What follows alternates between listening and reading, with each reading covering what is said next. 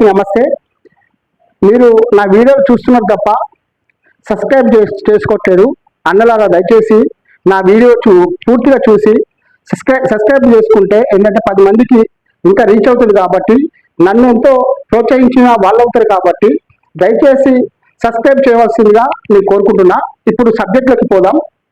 ముఖ్యంగా నిన్న వెలుగుమెట్ల భూదాన్ భూముల్లో ఏదైతే అరాచకం జరిగిందో, అక్కడున్న ఇళ్ళని కూల్చి నిరుపేదలని ఎక్కడ రోడ్డుకిచ్చి వాళ్ళని చీకటి బతుకుల్లో ముంచేసిల్లో, దాని మీద మనం అనేక విధాలుగా మాట్లాడడం జరిగింది. అయితే నిన్న పొన్నం ప్రభాకర్ గారు, పొంగిరెడ్డి శ్రీనివాసరెడ్డి గారు, ఇంకా మిగతా నా మంత్రులందరూ కూర్చొని నిన్న చెప్తున్నారు ఏమనంటే, గత ప్రభుత్వంలో ఏదో జరిగిందని కాగితాలు చూపించిండు.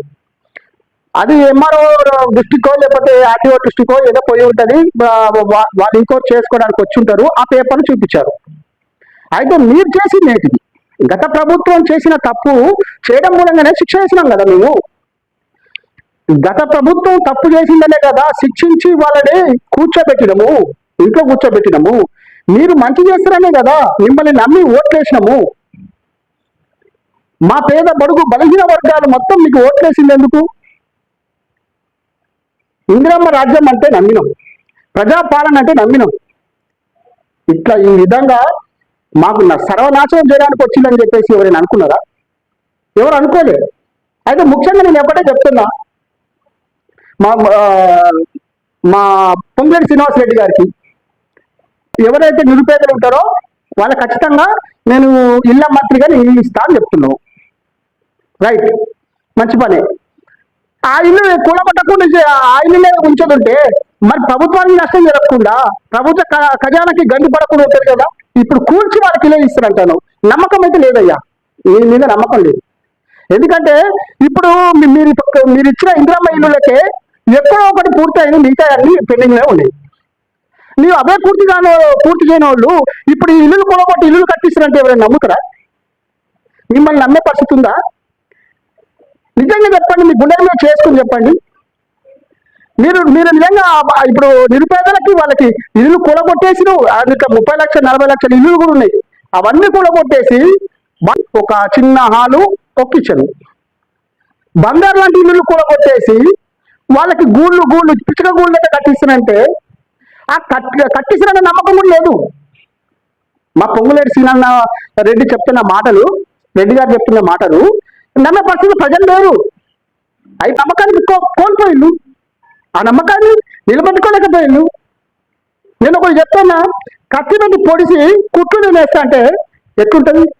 తినేళ్ళలో మట్టి కొట్టి నేను బిర్యానీ నుండి పెడతా అంటే ఎట్లుంటుంది? నువ్వు ఇల్లు కూలగొట్టి ఇల్లులు కట్టిస్తా అంటే గట్టినే ఉన్నది.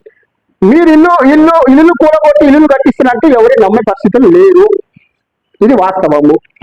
ప్రజలకి మీ మీద పెట్టుకునే నమ్మకాన్ని, ఆశలు, 3 మంత్రులు, ఒకరు డిప్యూటీ సీఎం, 2 మంత్రులు, మొత్తం కూడా మన ఖమ్మం జిల్లా పరువు మొత్తం తీసి పడేసింది.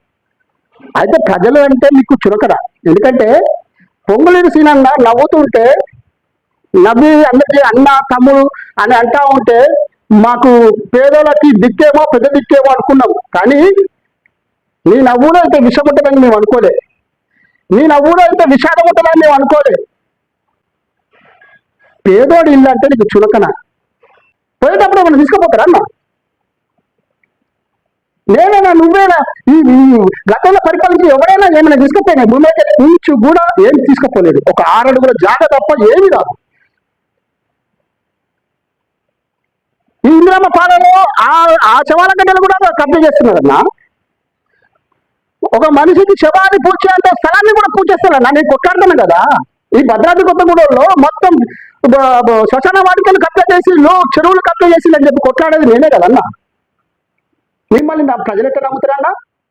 కేటీఆర్ గారి గురించి మేము మాట్లాడాలి అన్నా. మీకు ధన్యవాదాలు, మీకు అభినందనలు తెలుపుతున్నా. ఎందుకంటే గతంలో చూసిన కేటీఆర్ వేరు, ఇప్పుడు చూస్తున్న కేటీఆర్ వేరు అన్న. గత ప్రభుత్వంలో మీరు చిన్న పొరపాటు ఏదో చేసి ఉంటే అవి సరి చేసుకోండి. మీరు ఇప్పుడు ప్రజల పక్షాన వచ్చి ఏదైతే ఈ భూదాన్ భూములో ఎవరైతే నిరుపేదలు ఉన్నారో వాళ్ళకి సంఘీభావంగా తప్పకుండా మీకు ఇల్లు కట్టిస్తానని చెప్పిన హామీ కొండంత ధైర్యాన్ని ఇచ్చింది. నేను కూడా నిజంగా మిమ్మల్ని నమ్ముతున్నా. మీరు ప్రజలకి అండగా నిలబడ్డందుకు మీకు స్వాగతం పలుకుతున్నా. ముఖ్యంగా నేను గమనించిన గతంలో ఉన్న లెక్క వేరు, ఇప్పుడు మీరు ప్రజల్లో ఉన్న ఈ ఇట్లనే ఉండండి అన్న.